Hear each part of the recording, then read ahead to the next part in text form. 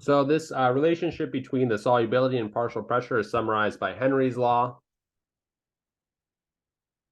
right? Which just basically states that the solubility of a gas in a liquid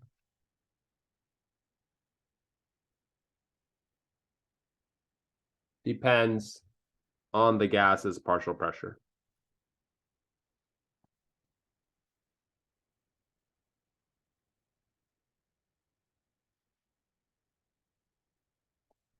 Equation is Cg equals K Pg, where Cg is the solubility of the gas. It comes in different types of units, but they're all concentration units. It doesn't really matter what unit you use, as long as it works with the other units. The K is Henry's law constant, and it depends on the gas. The more like the gas is like the liquid, the more it will dissolve and the higher the constant will be. So like a polar gas will have a higher constant for it to dissolve in water than a non-polar gas will be. And it's going to have units of concentration divided by pressure. And then Pg is the partial pressure of the gas. Again, it's the partial pressure, not the total pressure.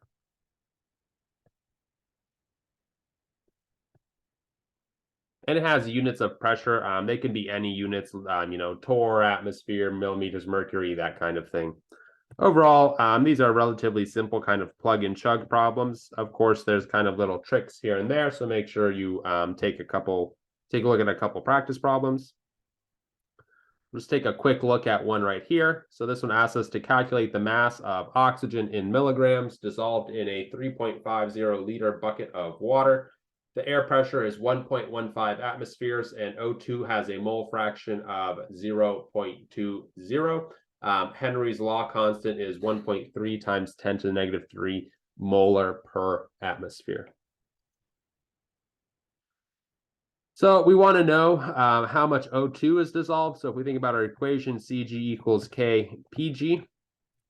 Overall, what we want is Cg because that's going to tell us about how much oxygen we have. And then the rest of the stuff we can plug in, right? Henry's law constant, we're giving it to right there. It's 1.3 times 10 to the negative third molar per atmosphere. And then we think about what the partial pressure of the gas is. We know the total pressure of the air is 1.15 atmosphere, but oxygen only has a mole fraction of 0.2. And we know that the partial pressure of a gas is equal to the mole fraction of that gas times the total pressure. So we simply take this 0.2 and multiply it by this 1.15 atmospheres to find out the partial pressure of our O2, which I got as 0.23 atmospheres. And note that this atmospheres matches the units of our constant, so we can go ahead and plug it in.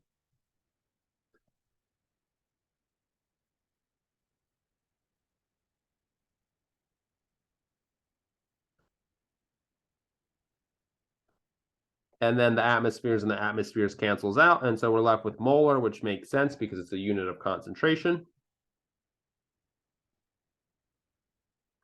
I get 2.99 times 10 to the negative fourth molar. And then if we think about what molar is, it's a unit of moles per liter. We want to eventually find out the mass of the gas. And if we think about what else we're given in the problem, we're given 3.5 liters. That's the only thing that's not a conversion unit. So we want to start off there. So we have 3.5 liters of our compound. We know our molar or our solubility here, that it's 2.99 times 10 to the negative 4 moles per liter.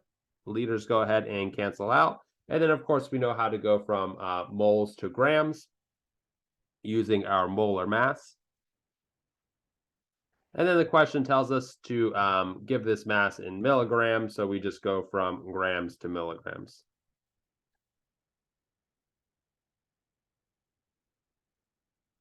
And I get 33 milligrams of oxygen gas in these 3.5 liters. So again, simple plug and chug type of stuff, but obviously there's other kinds of little tricks and things that you need to know that come through practice.